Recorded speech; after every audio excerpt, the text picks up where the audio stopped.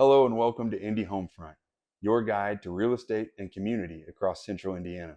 I'm Travis Smith, local to Hancock County, but serving buyers and sellers all around the Indy metro area. In this series, we're going to be talking to Gary Tedrow of Verity Mortgage. This is a series we're going to call Let's Ask Gary. He's a lender. He's been with Verity Mortgage for a very long time. So he's got answers that I do not, and we're going to get into that. Let's talk about it. All right, here we are at the beautiful Hancock County Public Library in Greenfield, Indiana. I'm with Gary Tedrow from Verity Mortgage. Gary, if you don't mind, would you introduce yourself a little bit, tell about your background? Yeah. Like you said, Gary Tedrow with Verity Mortgage, right here in Hancock County. Pretty much service Hancock, Marion, and all the donut counties, as we like to say. And I've been in the mortgage business for right at about 21 years now. It's hard to believe. I'm a dinosaur. That's good, though. People need that experience. Yeah. But so we're coming up on the spring market. So with that said, what does the spring market typically look like for buyers in our area? Yeah. Indiana is, like some of the other Midwest states, it seems like it goes from, 0 to 60 overnight. Obviously, you're the real estate agent. You see the numbers more so than what I do, but, it's like we're here today. You've got 10 inches plus of snow on the ground outside. The temperature is 1 degree, and, people really aren't getting out there looking at houses, like they will in the spring. But as soon as we get that first dose of warm weather, I mean, things will just literally turn on a dime. People will start getting that itch for a new home or relocating, and you'll start seeing inventory increase, more and more houses on the market. And so, it seems like it changes pretty quickly. It goes from, very little activity to just full sprint in just the next 30 days here. Next 30 to 60 days is going to be a big change, typically in Indiana. Yeah, people sit through the winter, they get cabin fever. They've been looking online, they've been checking out Zillow and every other website, and then they're like, oh, okay, time to go. Yeah. So with that said, how early should buyers start preparing? And how early should buyers start preparing before they actually make an offer? Yeah, great question. Short answer, yesterday. No, That's I mean, fair. the sooner the better. I mean, the most important thing is making sure that you're in a position to buy. So you want to get with your lender quickly. Go ahead and get pre-qualified. Better yet, getting actually pre-approved, and we can talk a little bit about those differences later on. But yeah, the sooner you do that, the better. Because you don't want to, and I see this happen every year with clients. They'll be ready to buy a house. They'll go out, they'll look at a house, and then they'll come and try to get approved, or they'll call you wanting to go see a house, and you're gonna be like, "Are you pre-approved yet?" Well, no. Well, by the time they get with the lender, get the documents to us, get all that taken care of, in the spring, that house is going to be already pending, and they're going to miss that opportunity. So really, the sooner they start, the better. Yeah, or we get out there, we start looking at houses, and they can't get approved for the house that they fall in love with. And True. That's bad news bears. Nobody likes that. Yeah, that's very disheartening. Yeah. For our wives, especially. Yeah. What are the biggest mistakes you see buyers making as things start to heat up, both the weather and the market? Yeah. Well, there, coming back to the first one, it's that waiting, that delaying, because sometimes there may be some things on the credit report that they're not even aware of. We've talked to clients a lot of times and asked them about an old collection or an old judgment, and they simply weren't, aware of it. And if they wait, there's not ample time to address that, to fix that, and sometimes it takes more money to fix that, and so they need that longer time period to save. So that delaying, that waiting is probably one of the biggest problems for people, one of the larger obstacles. I see. So you hear, if you're thinking about it, get started now or yesterday, as Gary said. And a lot of people want to wait because they're concerned. You hear a lot about, if I get pre-approved, it's going to hurt my credit score. with technology today, we're actually able to do soft pulls, so it doesn't affect your credit score. You're not going to see that drop in a credit score, and then we can, run the numbers off that. And then when you're ready, we'll upgrade that soft pull to a hard inquiry at that time. But you don't have to worry about your credit score dropping during that pre-qualification process. So. Right. Okay. So say they get through that, they get their pre-approval, everything else, they're ready to go, they find the house that they love, and I help them do it at Indy Homefront, right? So how can buyers make their offer stand out without overpaying? Yeah, no, that's a great question. Yeah, a lot of people, like they're looking at house 250, they feel like they've got to ride it at 255 or 265 in a spring market, and sometimes you might if it's a really a sought-after house that's in a prime location. You may have to do that, and I want to be careful. I want to stay in my lane here. I'm not the real estate agent. I'm not the guy writing the contracts, but a lot of times it's from a seller's perspective. My wife and I just listed a home, and so when we had our offers come through, we were with our agent sorting through those offers and trying. Our first thought was, which one of these do we get a sense of is going to get us to the finish line? Right. Do I have a conventional loan, 20% down in front of me, or do I have a more of a government loan with a down payment assistance? Not to discredit any of those or anything, but just from a seller's, which offer is going to, do I feel like it's going to get to the finish line? Sometimes negotiating of possession of the home. Do you need it right at closing? Does the seller need a little more time? Maybe there's a lot of stuff around the property, and you can get a sense that they may not be able to be out of here in the next 30 days. So being able to be sensitive to that time frame and work with them a little bit. There again, you're the professional in that area, but it's not necessarily always highest price. Several years ago, we saw a lot of people waiving appraisals. Now, as the lender, we still had to do those appraisals and make sure the home was, worth the money that as the bank we were lending. But people were buying the homes regardless of where the appraisal came in at, which meant they would bring that difference to the table. So yeah, there's a lot of things you can do, but you don't always have to offer more for a house to make it competitive.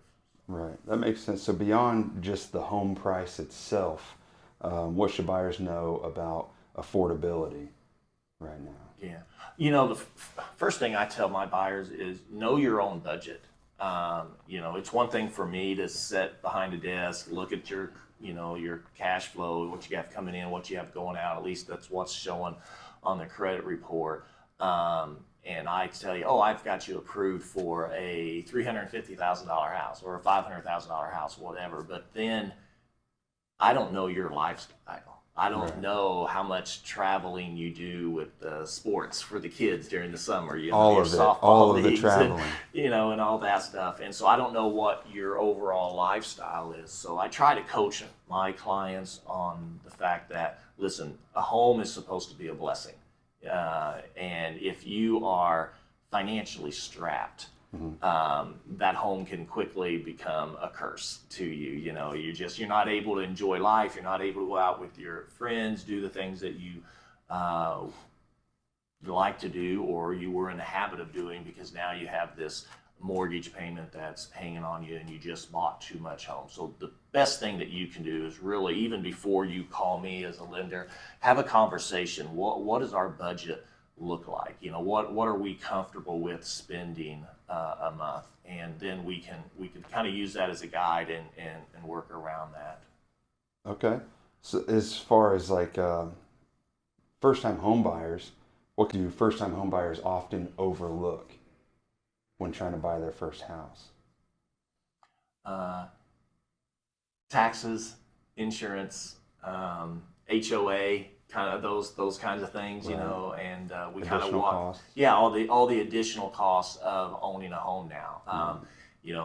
Years ago, my wife and I, we rented. If the hot water heater went out, or there was a leak, and I picked up the phone and we called the landlord. Right. Well, now as a homeowner, I'm the landlord. Right. I'm the property manager, and so it's up to me now to replace those things. And sometimes we overlook that, especially if we go into a home and we're using all of our cash to get in there, or we've got the payment really high, and we're pushing those limits.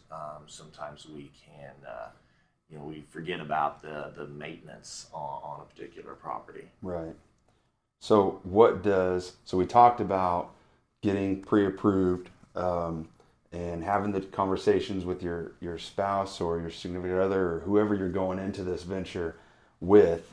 Outside of that stuff, what does a well-prepared buyer look like to you as the lender? Well, by the time they get to you, to where you're taking them out home shopping, we've had conversation with, we know what their budget is, know how much they're looking for, what they can afford. We've narrowed down what we feel like are the best loan program for them. Is it a government loan, a traditional conventional loan, or are we using a different type of product like a down payment assistance, or even maybe a bank statement loan, what we call non-QM loans? So we've identified for their situation what is the best loan program. They know their budget, and we've already got them in underwriting. We've already got them approved, so that there's no fallout after the fact, because we just guessed. So that's the biggest difference between being pre-qualified and being pre-approved. Yeah, pre-approved is actually when the underwriter has looked at it, has signed off on the income, has verified all the assets and everything, and they are literally ready to go. We just need to find a property for them. A pre-qual is basically when they give me the information, they tell me, where they work, how much they're making, how much money they have, and I run it through the computer, and I say, well, it's checking all the boxes, they look good, but the information itself has not been validated. It's not been approved or signed off on by the underwriter. In other words, I haven't seen the pay stub. You've only told me how much that you can make. That's the biggest difference between being pre-qualified versus actually being pre-approved. Okay, and what kind of for as far as down payments go, right? Then whether they saved up money or they didn't, they're doing different loans, a VA loan, a conventional loan, whatever it may be. Some of those funds that they've saved up end up having to go fix some of the problems that they found to get pre-qualified, whatever the case may be. Right. What are some options for down payment assistance to help somebody get going? Yeah. So there are some loans out there that don't require a down payment. Think of our veterans. You're a veteran yourself, so you have the VA loan. I've used it a few times. Yeah. It's great. Yeah. So it's no down payment, no PMI. You just have the funding fee up front that gets rolled into the loan. And in some cases, even that is waived if it's a disabled vet or to that effect, certain disabilities or whatever. So VAs are a great one, no money down, really strong interest rates. And then in our area out here in Hancock County, we have what's called the USDA loan, Department of Agriculture has a loan, and it's a no down payment loan as well. Okay. So you literally can get in with no money out of pocket, and then you've got down payment assistant programs as well, which are typically they're second liens that go on the home, but you don't pay them back until the time that you sell or possibly do some refinancing in the future. So there's that down payment assistant world. There's a lot of different programs. I think we have about 5 to 7 different down payment options. And some you pay back, some you don't. Some are fully forgivable, some aren't. That landscape's always kind of changing, but you do have down payment assistance. And that's just a case by case. It is. It really is. Situations. Yeah. Trying to figure. So our job is to present them to the underwriter in the best possible light, the strongest thing. And sometimes, we're going to use that's going to require us using down payment assistance. Sometimes they're going to have their own money, and that's the way that we would go. Right. Okay. So you mentioned interest rates. So with all the talk around interest rates Right. right now, and interest rates potentially coming down, interest rates actively coming down. How should buyers think about timing their purchases coming into the spring in relation to that? Yeah, great question. I mean, yeah, right now the talk is rates are going to be coming down. The Fed just this past week decided to left rates the same, so there was not a drop this month like a lot of people were expecting. So you never really know, Right. what's going to happen and what they're going to do and so forth. But a lot of people are in that rates are going to be dropping mentality. The problem with that is if you're waiting on the rates to drop, you're also missing out on the home in the sense of the value, because values tend to increase. So the people that didn't want to buy a home last year because the rates were, 7.5. Okay, yeah, rates are 5 this year, but what's the price of that house this year compared to last year or compared to 2 years ago? A lot of people jumped out of the buyer's market back in 23 when we saw interest rates go from 3.8 up to 7, almost 8%, and they just kind of got out. Well, what's that same house valued at today from 2 years ago? So yeah, you'll get a better rate than you would have got 2 years ago, but you may be spending $30,000-$40,000 more on that house this year than last year, and that is going to be relative to the market and where they're at, location, what time of year. Is it competitive? Is it spring or is it December? Right. Yeah. So I think that right now, especially, interest rates are kind of being politicized a little bit. Sure. And it's kind of been used as a tool. So how, for the good or the bad, but how much weight should people be putting, or how much stock should people be putting into waiting on the next press conference to tell them if they should buy a home or not? Does that make sense? Yeah. Back in 23 when rates were going up, there were a lot of lenders, a lot of real estate agents. This quote came about and people were saying it over and over again, you date the rate, you marry the house. Right. And basically what they were meaning by that is if you like the house, if it meets your needs, your family's needs, then buy the house. Rates are subject to change. Rates are always going to be higher or lower from year to year, and as long as you can financially afford that house right now, it's in your budget, then go ahead and buy. If the rates drop, then you can always refinance that into the future, but don't necessarily let rate be the determining factor on whether you buy that house or you don't buy that house. Okay, you hear that? That's my thought. don't let that be the deciding factor, right? We can figure that out. Well, what is one piece of advice? Because all of that, it can get a little overwhelming. Sure. And the whole home buying process is pretty overwhelming, and a lot of time that's my job to help mitigate a lot of that and keep my clients at ease and help them through the process. I mean, that's why I exist. That's my whole thing. But what's one piece of advice you, as a lender, can give buyers that are overwhelmed by the market? Yeah. Going back to what I said at the very beginning, getting pre-qualified, getting pre-approved now, as opposed to waiting, that's going to bring your stress factor down so much more. You're not rushing around at the last minute trying to get everything pulled together because you really love that house and you've been watching it and now it's finally on the market, and you want to be there. It's in the right school district, everything about that house you love, but you procrastinated and now you're trying to get everything together so that you can put an offer in on that house. Let's just slow down. Let's take care of that while the snow's on the ground, right, while it's cold, while there's not huge competition out there. This month, right now, let's get you pre-approved. And then that way, all that, you just kind of bring that stress level down. You know what you can buy, you know what you can afford. You already know what the underwriter has rated your file as far as, you're good to go or not. And and then just having the great team around you, make sure your lender and your agent are in communication with one another.